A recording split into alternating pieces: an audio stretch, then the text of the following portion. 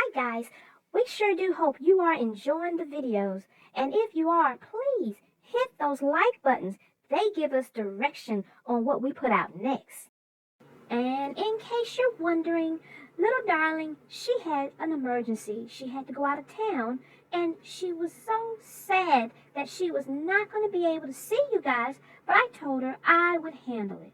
So guys, you got me. Try Angel.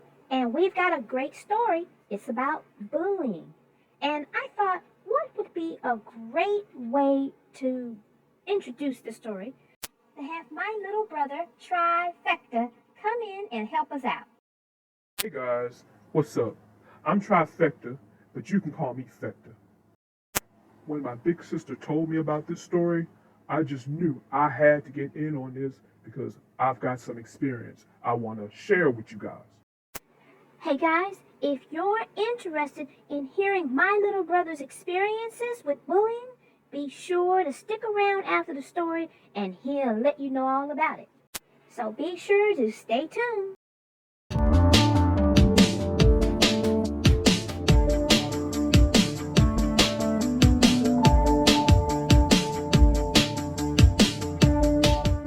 The name of this story is called The Berenstain Bears and the Bully by Stan and Jan Berenstain. This was also a request by Alyssa, who also goes by the name Allie. And I'm just letting you know, Allie, that this was so needed. So I hope you enjoy. One day, Mama, Papa, and Brother Bear were busy in the yard when Sister Bear came home crying. Her face was scratched and dirty, and her clothes were torn. "What happened to you?" asked Mama. Please tell us, said Papa. Brother couldn't believe how beat up Sister looked. Her jumper and blouse were torn. Her face and fur were a mess. Even her pink bow was drooping. "Did you fall?" asked Mama. Sister shook her head no. Was there an accident? asked Papa. Once again, she shook her head no. "I think I can tell you what happened," said Brother. "It looks to me like somebody beat her up." Beat her up? That's outrageous, said Papa. "Who in the world would beat up a sweet little cub like Sister?" said Mama. "A bully might," said Brother. That's when Sister stopped crying long enough to get some words out. "But Brother's right," she sobbed. "A no-good, nasty, rotten bully beat me up, and for no reason." Just the thought of it made her so angry that she started to cry all over again. Mama and Papa helped Sister up the steps and into the house. After a drink of water, she calmed down enough to tell them what had happened. "Lizzie, Queenie, and I were playing tag at the playground when this new cub, a no-good bully named Tuffy, stuck out a foot and tripped me. So I got up and I said, 'Why don't you watch where you put your feet?' Before I knew what was happening, it was pow, bam, whammo, and I was flat on my back with this Tuffy character sitting on my chest, rubbing dirt in my face." Outrageous, roared Papa. Where's my hat? I'm going over to that playground and... Mama pulled Papa aside. "You're going to do no such thing," she said. But something has to be done, Papa said. "Indeed, it does," agreed Mama. "But right now, we have to take care of Sister." She turned to call, "Brother, would you please give me a wet washcloth?" "Where's Brother?" "Don't know," said Sister. "He was here 1 minute, and the next minute he was gone." Lizzie and Queenie were still at the playground when Brother got there. "I've got a knuckle sandwich for some bully named Tuffy," he said. "Where is he?" Brother, said Lizzie, I think there's something you ought to. Never mind the small talk, he growled. Just point 'em out and get out the way. Lizzie shrugged and pointed to the small building that housed the boys' room and the girls' room. But there was no one there. No one, that is, but a little girl who was coming out of the girls' room. But hold everything. The little girl was wearing a t-shirt that said Tuffy. You're Tuffy? Said Brother. Yeah, she said. Wanna make something out of it? But you're a girl, said Brother. What did you expect me to be? An eggplant? Said Tuffy. Brother Bear was shocked right down to his very bones. The big bully he was going to clean up the playground with was not only a girl, but a little girl at that. Maybe even a bit smaller than Sister. When Lizzie and Queenie came over to watch, Tuffy figured out who Brother was. Hey, she said, you must be the big brother of little Miss Pink Hairbow. She got fresh, so I cleaned her clock. Want to make something of it? That was exactly what Brother wanted to do, but there was no way he could hit a girl. If he did, then he'd be the bully. It was all he could do to turn away and leave. Chicken, just like your sister, yelled Tuffy. Brother headed home, hands in pocket, staring at the ground. Something had to be done. But what? As he passed the school, Brother got an idea. But he would have to hurry. It was Friday afternoon, and the school would be closing for the weekend.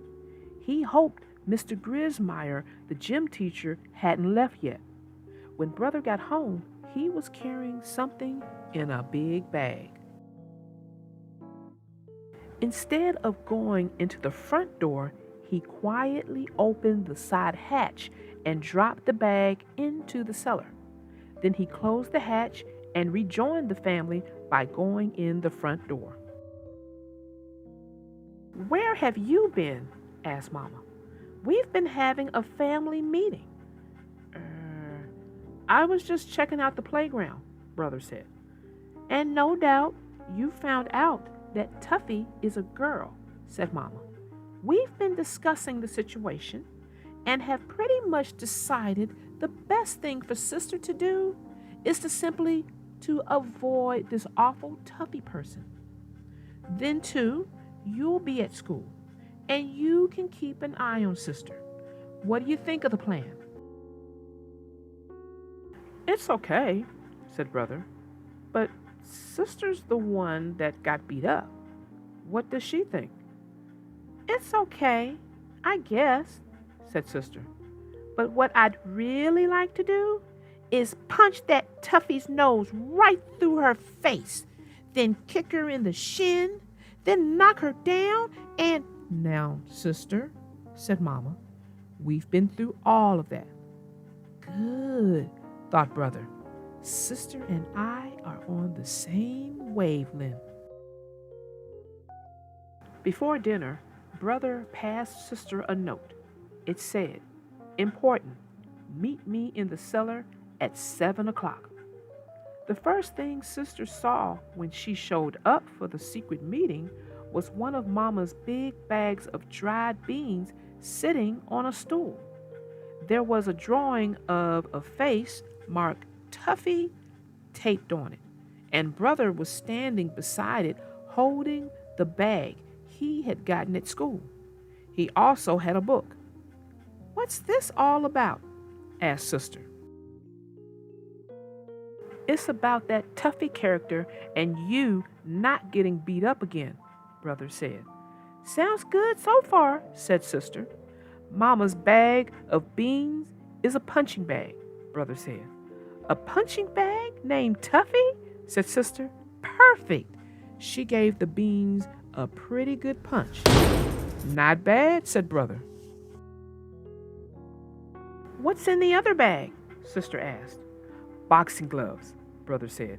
And this book is called The Art of Self-Defense. Where did you get all this stuff? Asked Sister. From Mr. Grismer. I told him I had a friend who was having trouble with a bully. We've got it just for the weekend. It goes back Monday morning. Then what are we waiting for? Sister said.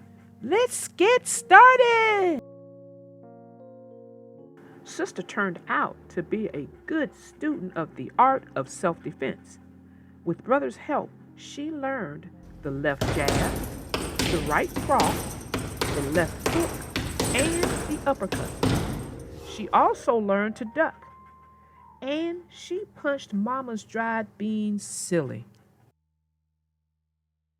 Well, you learned quite a lot over the weekend, Brother said on Monday morning. But there's something very important for you to remember. You still have to avoid Tuffy. She's a mean little thing. She was even ready to take me on. Don't worry, said Sister. I can still feel where she socked me on the jaw.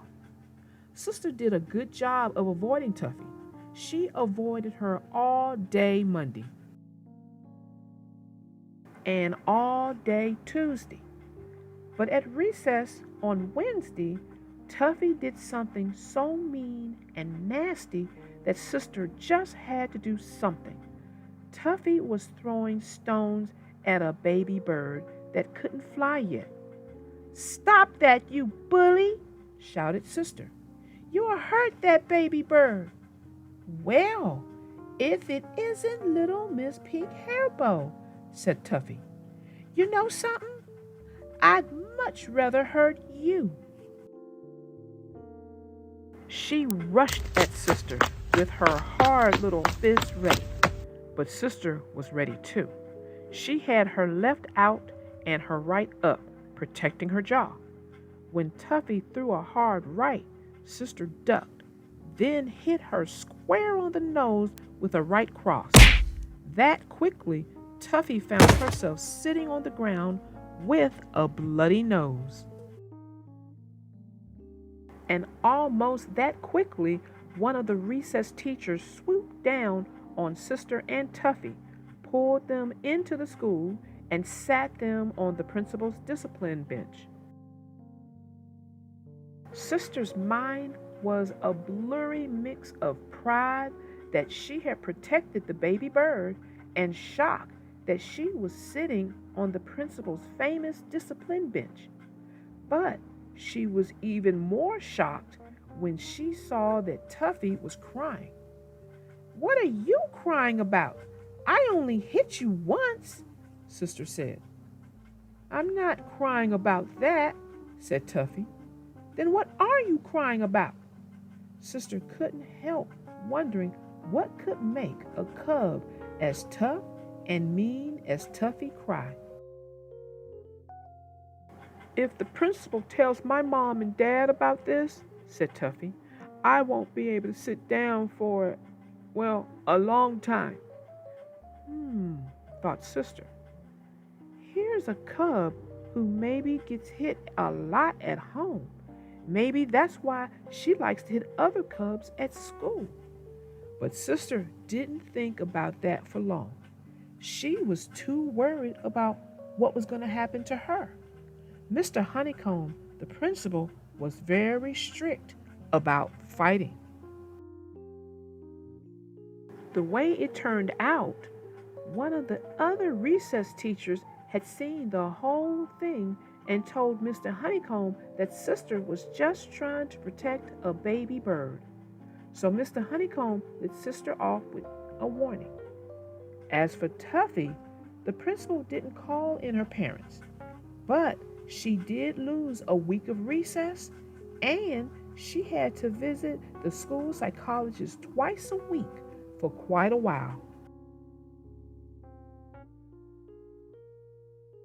The end, guys. What did you think about that one? I was feeling pretty bad for Sister Bear.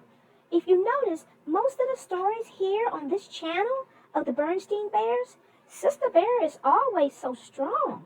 I've never seen anybody take advantage of her or bullied her. Wow. That just lets you know that it can happen to anyone at any time. Yep, that's right, sis. You look at me and think I'm just so cool. But at one time, I had a bully. Well, what did you do? How did you handle it? I would love to say that I cleaned his clock, but I was just so scared. I mean, I was being threatened, and the best thing I could think to do was just to avoid him. And I did. Every day I avoided him. Well, you know what you should have did, but you didn't do.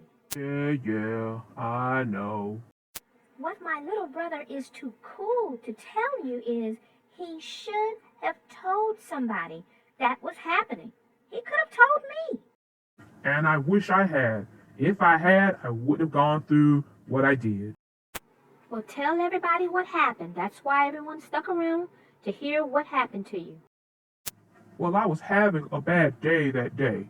I think I might have flunked the test or something, but he just caught me on a bad day, and I really couldn't avoid him. Well, you ever heard of the straw that broke the camel's back?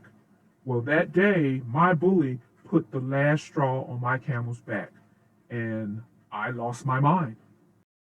I don't think he saw it coming because he had this surprised look on his face. But from that day forward, we were okay. I guess that was his way of testing me. Well, Fecta, thanks so much for joining us. We really appreciated you sharing your story. No problem.